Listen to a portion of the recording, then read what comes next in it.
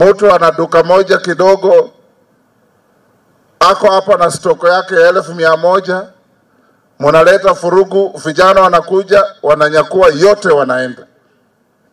Insurance hailipi, mambo ya fujo. So you have crippled somebody who has struggled so much to be somebody. Wale wa siasa mfululizo na ukabila na chuki na uchochezi mfululizo, tuambie shetani ashindwe.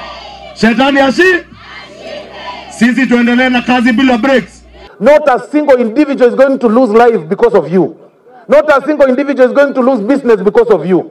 Ile njama mmepanga next week, sisi hapa Borabu tunawaambia shetani afanye nini? Tumesema kwamba maandamano isiwe maandamano ya kuharibu mali ya watu. Tunataka maandamano iwe ni ya amani, ya kujieleza kwamba kitu kibaya kiwe kitu kizuri, isije ikawa kisingizio ya kuharibu mali ya Wakenya.